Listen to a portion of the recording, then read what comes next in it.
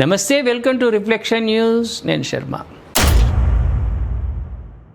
న్యాయ వ్యవస్థ ఎంత గొప్పది ప్రేక్షకులారా. ఒక్కొక్క మాట, ఒక్కొక్క తీర్పు నా భూతో నా భవిష్యత్తు. ప్రపంచంలో నిజంగా ఎక్కడైనా కోర్టులు ఉంటే మన న్యాయమూర్తులను ఆదర్శంగా తీసుకోవాలి.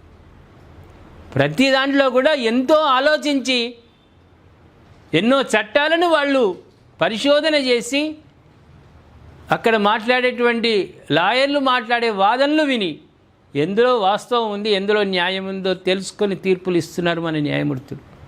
ఎవరికి కూడా భయపడేటువంటి స్థితిలో లేదు. సుప్రీంకోర్టు అంటేనే ఇక దానికి మించింది లేదా, సుప్రీంకోర్టుకి మించింది. ఒక చక్కటి విషయం చెప్తుంది. ఫోక్సో కేసు ఎందుకు పెడతారు ప్రేక్షకులారా? మైనరు బాలికలను లైంగిక వేధింపులకు గురి చేయడమే కానీ, లేకుంటే కిడ్నాపులు చేసి చంపడమే కానీ ఇతరములైనటువంటి జరిగితే ఫోక్సో కేసు తల్లిదండ్రులు పెట్టవచ్చు. కానీ ఇద్దరు మేజర్లు, మైనర్లు కాకుండా ఇద్దరు మేజర్లు, పిల్లగాడు, పురుషుడు స్త్రీ, యువకులు ఇద్దరూ కూడా మేజర్లు అయ్యి ఒక్కళ్ళకొక్కళ్ళు నచ్చి మనస్ఫూర్తిగా ప్రేమించుకొని వాళ్ళు వెళ్ళిపోతే తల్లిదండ్రులు ఫోక్సో కేసు పెట్టవచ్చా?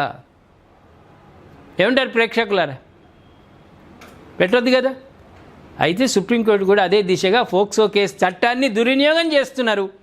మైనర్ బాలికలను లైంగిక వేధింపులకు గురి చేసినా, లేకుంటే వాళ్ళని చంపినా ఫోక్సో కేసు పెట్టాలి. కానీ మేజర్లు అయిన వాళ్ళు వెళ్ళిపోతే వాళ్ళ మీద కూడా ఫోక్సో కేసు పెట్టడం చట్టవిరుద్ధమని సుప్రీంకోర్టు చెప్పింది. అంతే కదా. పరస్పరం వాళ్ళు ఒకరినొకరు మాట్లాడుకొని వాళ్ళు వెళ్ళిపోతే వాళ్ళ మీద కేసు ఎందుకు పెట్టాలి? 15-18 ఏళ్ళు అన్నది ప్రయోగాలు చేసే కొత్త వయసు. సుప్రీంకోర్టు ఏమంది?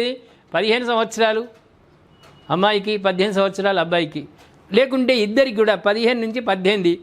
ఏదో ఆ ప్రేమ మోజులో పడి వాళ్ళు తెలియని కార్యక్రమాలకు పూనుకుంటారు. మనసు గట్టి పడుతుంది, ఇద్దరని లేచిపోదామని అనుకుంటారు. ఆ వయస్సు వాళ్ళది. తర్వాత మేజర్గా మారిపోతారు. 18 తర్వాత వీళ్ళిద్దరు మేజర్లు అయిపోయి ఇష్టపూర్వకంగా వాళ్ళు వివాహం చేసుకొని వెళ్ళిపోతే వాళ్ళ మీద ఫోక్సో కేసు చట్టాన్ని దుర్వినియోగం చేస్తున్నారని మాట్లాడింది. ఫోక్సో అన్నది చిన్నారులపై లైంగిక వేధింపులు, దోపిడీని నిరోధించే చట్టమని స్పష్టం చేస్తూ పరస్పరం ఇష్టంతో ఏర్పాటు చేసుకునే సన్నిహిత సంబంధాలకు అడ్డుకునేందుకు వినియోగించడంపై అసంతృప్తి వ్యక్తం చేసింది. అంతే కదా ప్రేక్షకులారా.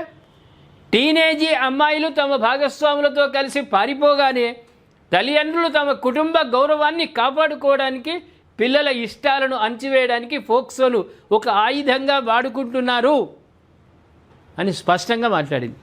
ఏమంటారు ప్రేక్షకులారా? ఇది మంచి విషయమే కదా. ఒక చట్టాన్ని, ఆ చట్టానికి చట్టం ఎందుకు పెట్టినరు, దేని గురించి పెట్టినరు అనేది ఆలోచన లేకుండా ప్రతిదానికి కూడా ఫోక్సో కేసు పెట్టడం వల్ల విపరీతమైనటువంటి పరిస్థితులు వచ్చి ఆ పిల్లలు ఆత్మహత్య చేసుకునేదాకా పోతున్నారు తల్లిదండ్రులు.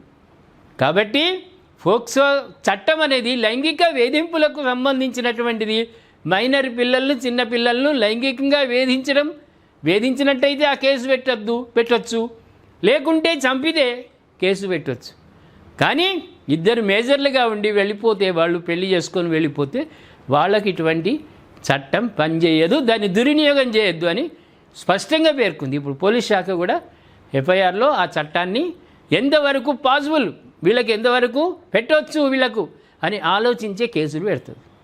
ఏమంటారు ప్రేక్షకులారా? కొన్ని చట్టాలను మనం దుర్వినియోగం చేస్తున్నందుకు ఫోక్సో చట్టం ప్రత్యేకంగా దుర్వినియోగం కావద్దని సుప్రీంకోర్టు ఆదేశించింది. దాన్ని మనం స్వాగతించుదామా, వ్యతిరేకిద్దామా? దయచేసి మీ కామెంట్ రూపంలో తెలియజేయండి. సబ్స్క్రైబ్ చేసుకోండి, షేర్ చేయండి.